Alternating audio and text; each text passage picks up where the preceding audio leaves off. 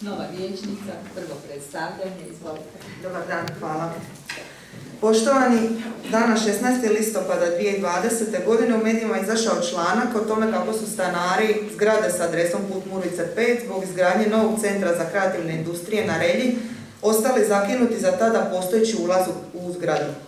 Na izradi ovog vrijednog europskog projekta uključeni su djelatnici Zadarske županije.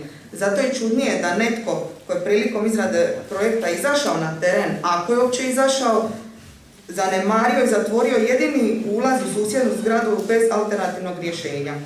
Tek nakon mirnog prosvjeda stanara županija, očito svjesna greške, nudi zgradi novi ulaz, no iznimno opasan zbog mogućih čestih nesreća. Stanari nude drugo rješenje, a to je da se dio zida koji dijeli centar i postojeću zgradu ukloni, te da im se omogući korištenje istog ulaza.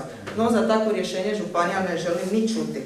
Stoga tražim sljedeće, da mi se dostavi prvotni projekt i troškovnik, aneks i novi troškovnik, da javnost dobije točnu informaciju koliko je novaca poreznih obveznika potrošeno na ispravljanje grešaka županijskih djelatnika i također da mi dostavite informaciju da li je elaborat novog prometnog pristupnog puta ima mišljenje prometnog stručnjaka, pošto je vrlo nesiguran i postoji potencijalna opasnost od pogibelje. Ako mišljenje postoji od stručnjaka, molim da mi i njega dostavite.